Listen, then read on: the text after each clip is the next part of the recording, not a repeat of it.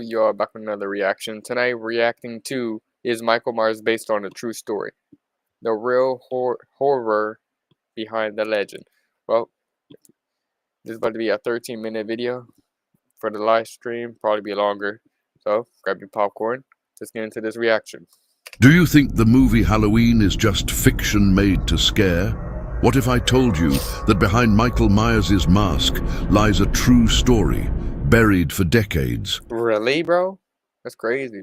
That's why I am a fan of Michael Myers, so. A tale so dark that Hollywood toned it down. A truth involving blood, cults, disappearances, and a boy with empty eyes. It all began in 1962 in Russellville, Illinois. The police found an entire family brutally murdered inside their home. The strangest part, the house was locked I want to show y'all something. I got my Michael Myers shirt on.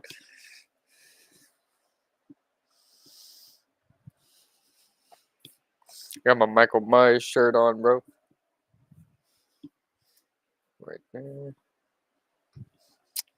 Bro, this thing keeps hitting my ass. And then, I'm sorry, I'm OCD. From the inside, with no signs of forced entry, and there was only one survivor. A 6-year-old boy named William Thorne. William was found in the backyard, covered in blood, holding a butcher knife. He was he's telling the story that's apparently based on a true story, like the Michael Myers thing. So this is a different name than Michael. Okay. Staring into nothingness. When asked what had happened, he simply said, "The man in the mirror told me to." The phrase echoed through the station. Oh, hell no. The officers never forgot the tone of his voice. With no solid evidence, William wasn't arrested, but he was soon sent to St. Marcus Psychiatric Clinic, one of the most feared in the region. For years, he didn't speak. He only drew, always the same blank face with a white mask. Doctors thought it was symbolic. They were wrong. In 1969, psychiatrist Leonard Mathis took over the case. He tried to understand the boy's mind, studying his drawings for months. Until one October night, William spoke for the... Hey, look at those drawings for a minute, like, bro. Like, bro, that looks crazy. Second time in his life. When the moon bleeds, he will return. Hours later, the psychiatric wing caught fire. William survived the fire with barely a scratch. Dr. Mathis wasn't so lucky. Just like Michael Myers, bro. He was found burned, with his skull crushed. The report called it an accident, but firefighters swore. The fire started inside William's room, which had no electricity. No lighter was ever found. After the incident, the boy was moved to a maximum security wing. Let me find out this dude did that. Like, bro. Curiously, 2 years later, his records were closed. Cause of death, cardiac arrest. No photo of the body, no autopsy, just a rushed, scribbled death certificate. William Thorne disappeared. Years later, at a flea market in Haddonfield, young screenwriter John Carpenter found an old diary. It belonged to the late Dr. Mathis. Inside were accounts of William, voices he heard, and a cult called the Order of Samhain, which used children as vessels for ancient entities. Carpenter became... Wherever that is fucked up. Hey, bro. Sorry if I'm cursing a little bit. I mean, it's only right because it's a scary thing, so... Obsessed with the story. He saw the foundation for a script, but told no one about the source. He created Michael Myers, a silent killer with a white mask and empty eyes, an inhuman force. But few knew Carpenter wasn't just creating a monster, he was portraying one. During the filming of Halloween in 1978, strange things began happening. Lights flickered, equipment failed, and one actress claimed to see a man standing at the back of the studio. The crew thought it was paranoia.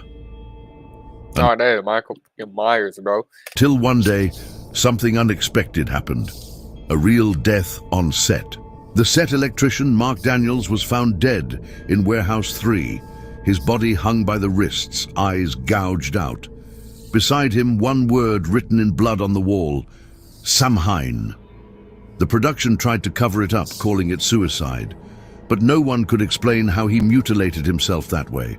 After the incident, Carpenter began having recurring nightmares.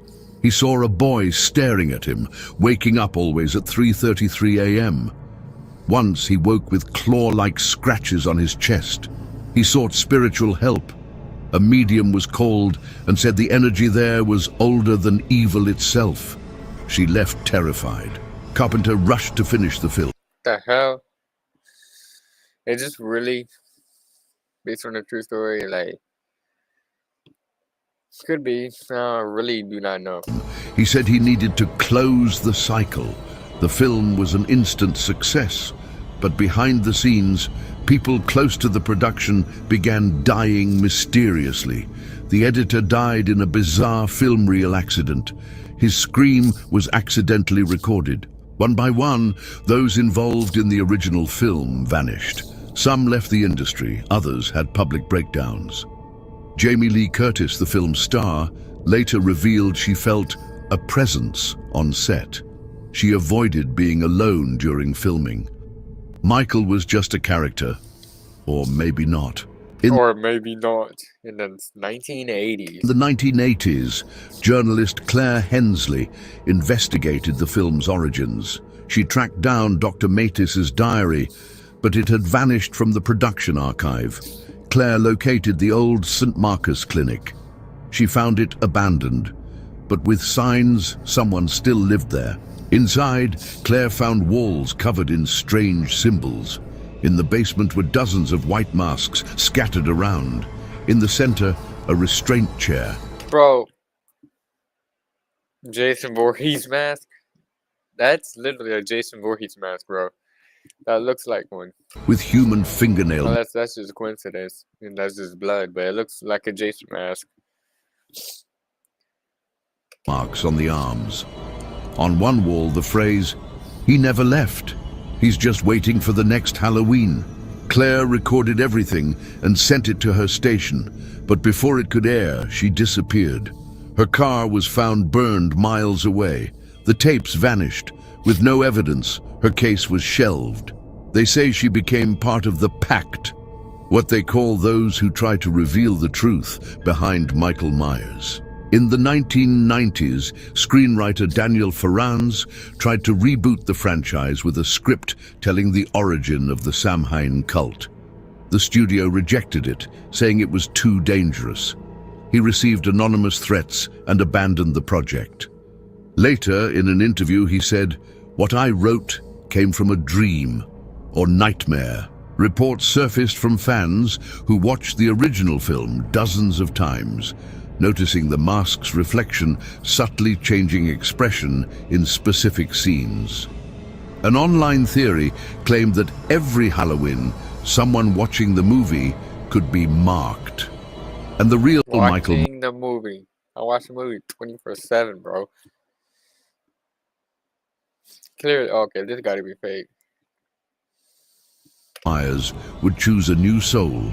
In 2007, at San Diego Comic-Con, a cosplayer dressed as Michael Myers stood motionless for over 6 hours in the same spot.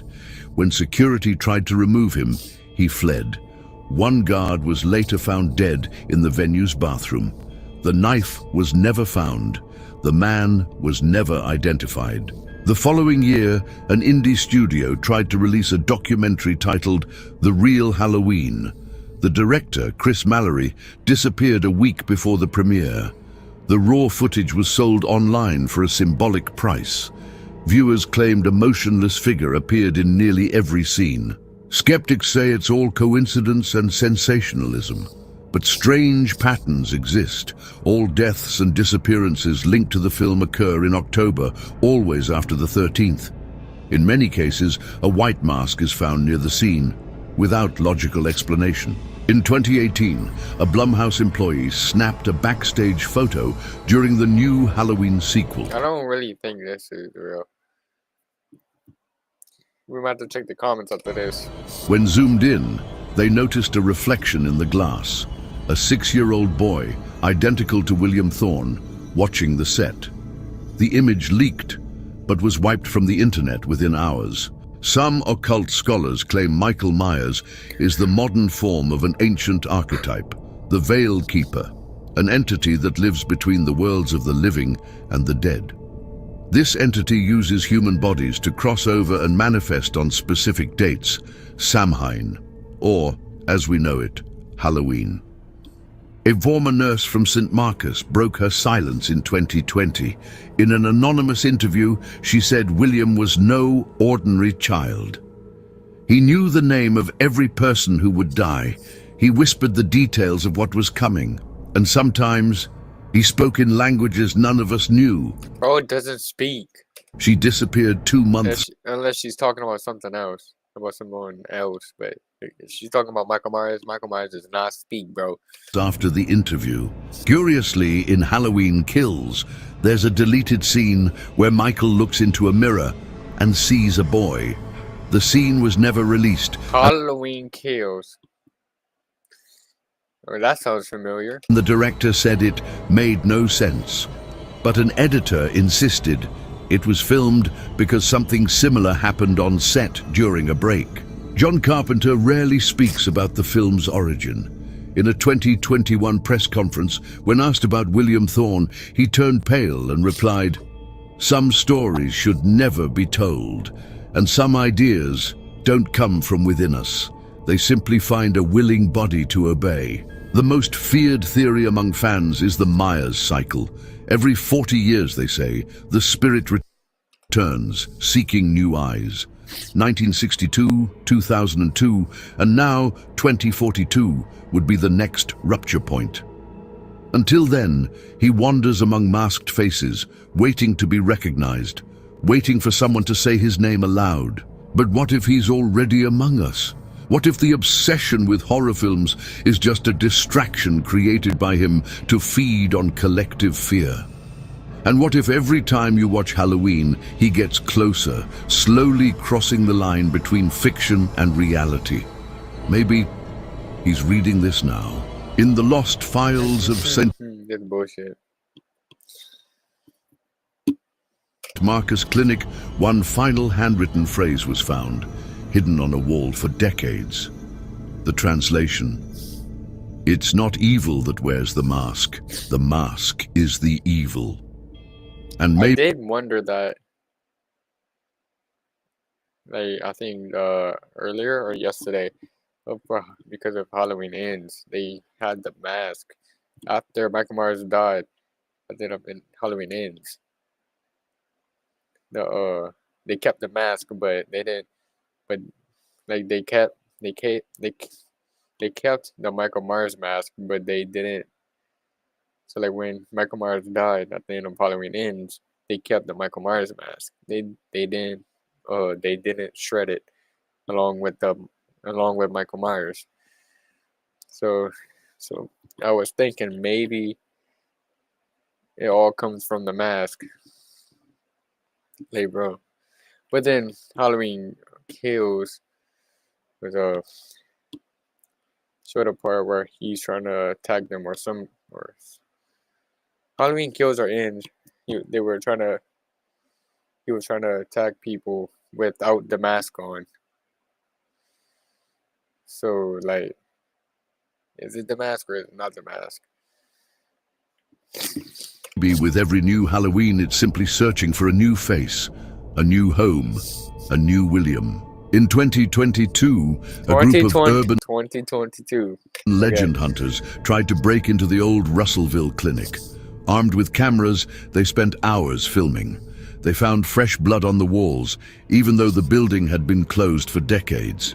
One member, Josh, was never seen again, but his camera was found, which was still recording. In the video, Josh walks down a dark hallway and says, "There's someone here with me." The camera falls to the floor, capturing a pair of bare feet slowly approaching. Then, the sound of heavy breathing and a whisper, "He's awake." The footage If you're talking about Michael Myers does not whisper or talk. ends there. The I don't rest even think that dude breathes, bro. of the tape was melted as if burned from the inside. Forensic experts analyzed the footage but couldn't explain how only part of the tape melted from the inside without damaging the casing. Some said it was staged. Others, more skeptical, refused to even look at the evidence. One investigator reportedly went blind after watching the tape alone in the dark. Despite all this, Halloween remains one of the most iconic horror franchises in history. Its influence shaped generations of filmmakers. But beneath the awards and fanfare lies a warning. Some stories aren't meant to be told, and some characters were never just fiction. If William Thorne truly existed, and if his story is real, then Michael Myers might not be a creation, but a continuation.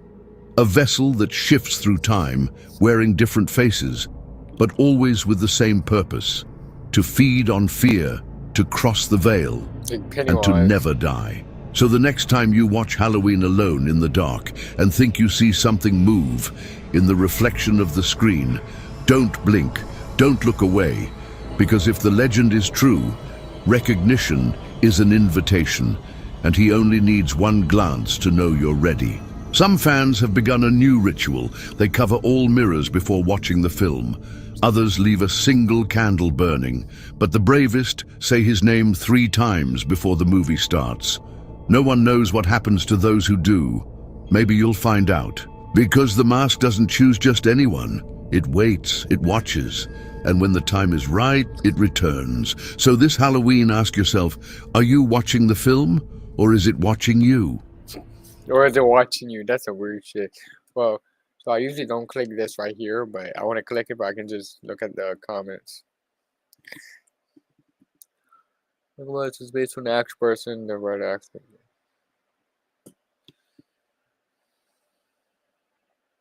For real, bro. The truth.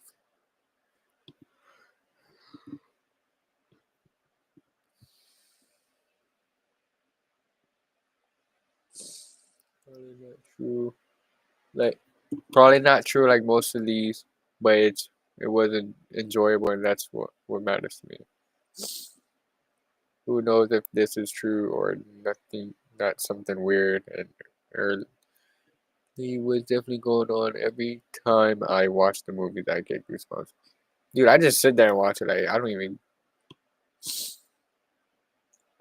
The last question.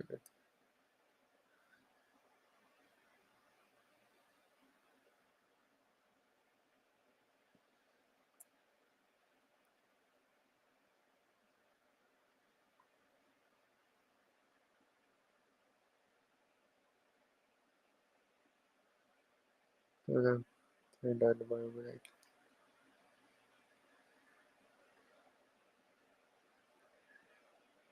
This is fake. No one died during the filming. 1978 Halloween movie. The 3 of us.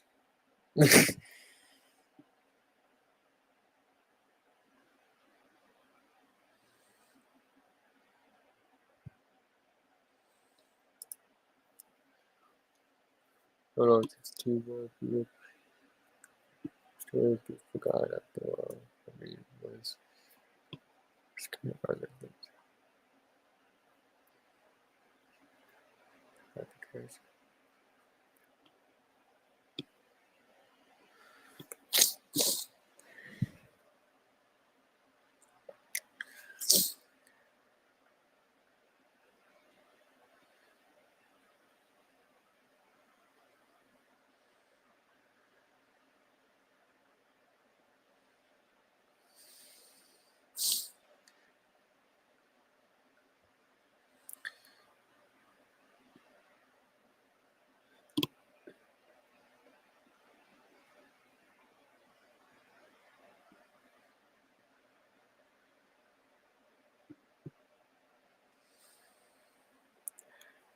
Some of them say it's fake.